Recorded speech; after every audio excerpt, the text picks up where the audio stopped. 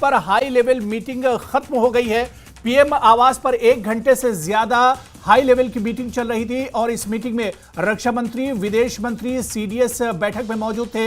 NSA Ajit Doval और तीनों सेना अध्यक्ष भी इस बैठक में मौजूद थे और अब यह बैठक खत्म हो चुकी है। 1 घंटे से ज्यादा यह बैठक चली है। संदीप, जो पीएम आवास पर बहुत इंपॉर्टेंट बैठक चल रही थी, वो बैठक अभी अभी खत्म हुई है। क्या कुछ इशारा इस बैठक से मिल रहा है?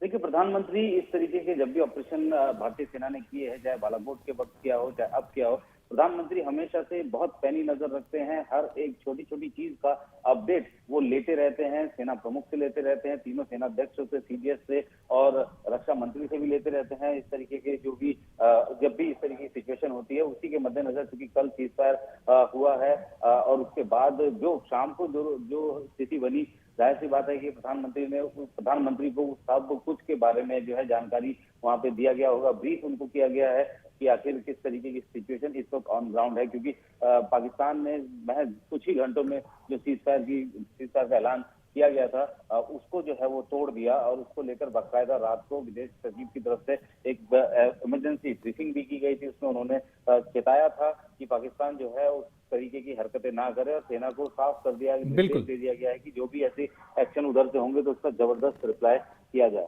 बिल्कुल संदीप, जिस तरह से कल हम देख रहे हैं कि आने वाले कल बहुत इंपॉर्टेंट बैठक होने वाली है भारत और पाकिस्तान के दरमियान, और उस बैठक से पहले पीएम आवास पर ये जो अहम बैठक हुई है, इस बैठक में कल के लिए भी एक तरह से रणनीति तय की गई होगी।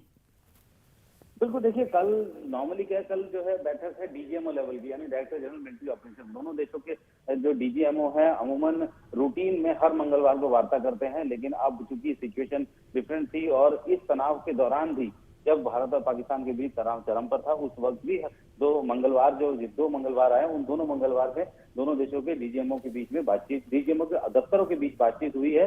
और अब जब कल बातचीत होनी है, जो ऐलान किया गया कि डीजीएमओ स्तर पे बातचीत होगी, कल 12 बजे का समय बताया गया है, तो उस वक्त नॉर्मली हॉटलाइन के जरिए बातचीत होती है। तो उम्मीद जताई जा रही है कि डीजीएमओ के बीच में इस तरीके की बातचीत होगी, हॉटलाइन के जरिए होगी। और जो इससे पहले जो आखिरी बार, जब जहां तक मुझे याद है कि आखिरी बार उस वक्त डीजीएमओ के बीच में बातचीत हुई थी जब 4 साल पहले वहां के जो सीजफायर जो था उसको लागू करने के लिए दोनों देशों के बीच में बातचीत हुई थी।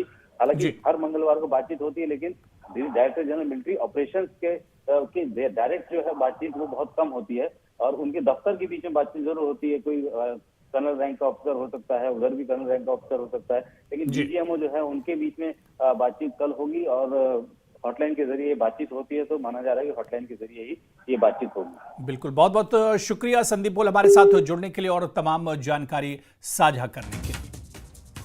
तो पीएम आवास पर हाई लेवल मीटिंग खत्म हुई है और तकरीबन 1 घंटे से ज्यादा ये बैठक चली है। आगे की रणनीति और मौजूदा जो हालात हैं, इस पर इस बैठक में चर्चा की गई है।